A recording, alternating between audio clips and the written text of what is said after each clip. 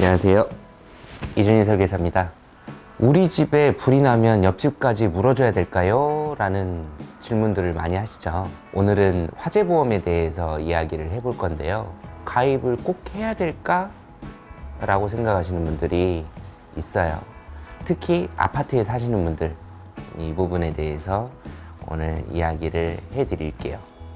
첫 번째, 화재보험은 대인 보상, 괴물 보상, 벌금, 배상 책임, 추가적으로 개인 사업을 하시는 분들은 재난보험까지 이런 구성으로 되어 있는데, 아파트에는 관리사무소에서 화재보험을 의무적으로 들어주죠.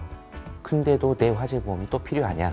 필요합니다. 아파트 관리사무소에서 들어주는 화재보험은 1년짜리 단기보험으로서 불이 났을 때 피해액에 대한 일부만 보상을 해주게 돼 있습니다. 만약에 큰 화재가 발생이 됐을 때는 전체 피해액의 일부만 가입돼서 보험이 들어져 있기 때문에 가입돼 있는 금액의 퍼센테이지를 계산을 해가지고 그 일부 금액만 주는 일부 보험이라고 이야기하는데, 결론적으로는 피해액의 전체를 보상을 받을 수가 없죠. 그렇기 때문에 내 보험이 필요하다라고 말씀을 드리는 거고, 두 번째로 단기보험의 경우에는 배상 책임이 어렵습니다. 실제 발생된 사고액, 그리고 내 집에 대한 피해 금액 일부를 산정해서 주고, 다른 집에 화재가 번졌을 때 그 집에 대한 책임을 해줘야 되는데, 단기보험에는 이런 부분이 없죠.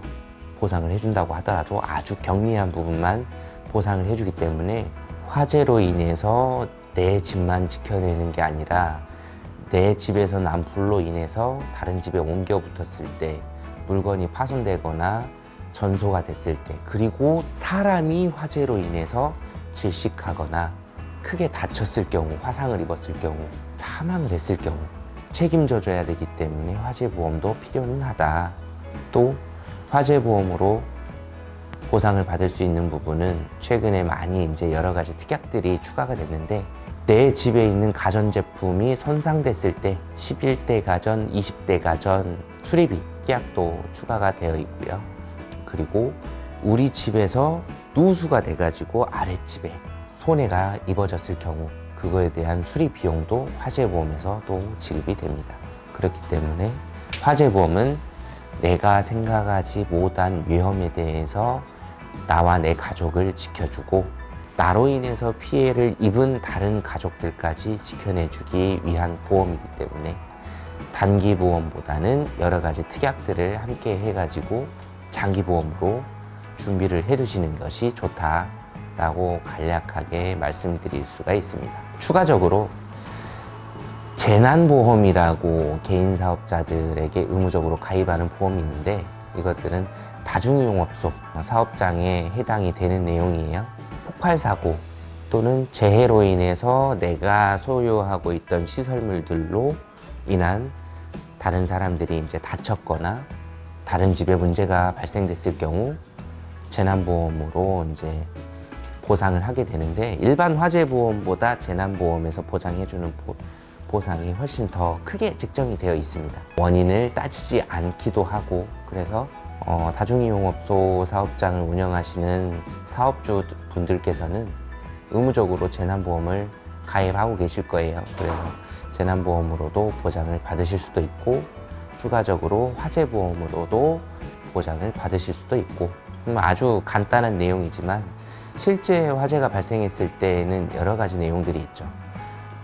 화재가 발생해서 내가 우리 집에서 거주할 수가 없는 경우, 집을 수리하는 동안에 임시 생활비, 물이 새거나 화재로 인해서 다른 집에 불이 옮겨 붙었을 때, 그리고 다른 집에 물이 샜을 때 그 사람들에게도 임시 거주비가 지급이 돼야 되고 하는 부분들, 그리고 집기 비품에 대한 부분도 책정을 해가지고 또 보상을 해줘야 되고, 이러한 내용들이 화재보험의 내용들인데요. 그 모든 걸 다시 원상복귀 시키는 데 들어가는 비용들이 만만치가 않겠죠. 가전제품, 가구, 집 안에 해놨던 인테리어, 내부 마감재, 그 모든 것들과 추가적으로 벌금이 최대 2천만 원까지 발생할 수 있다는 점에서 경제적인 손실이 아주 큽니다. 그래서 아파트에 사시는 고객분들은 내 집을, 내 가족을 지키기 위해서 화재보험을 들어두시는 것도 좋고, 개인주택 그리고 일반적인 다세대 주택에 사시는 분들도 화재보험이 없다라고 하면 이번 기회에 준비를 해두시는 것이 좋겠다라고 말씀을 드리겠습니다. 오늘은 여기까지 하겠습니다. 감사합니다. 아파트에 거주를 해요. 근데 바로 윗집이 법인 소유의 관사 같은 거? 이 사람들이 여기가 불을 내가지고 밑에 집에 피해를 내서 밑에 집은 한 달인가 두 달 동안 수습 기간 동안 이사를 가 있었어요. 회사에서는 그거를 책임을 아예 안 지려고 하는 거예요. 근데 그럴 때는 보통 어떤 쪽에서 보상을 해주는지.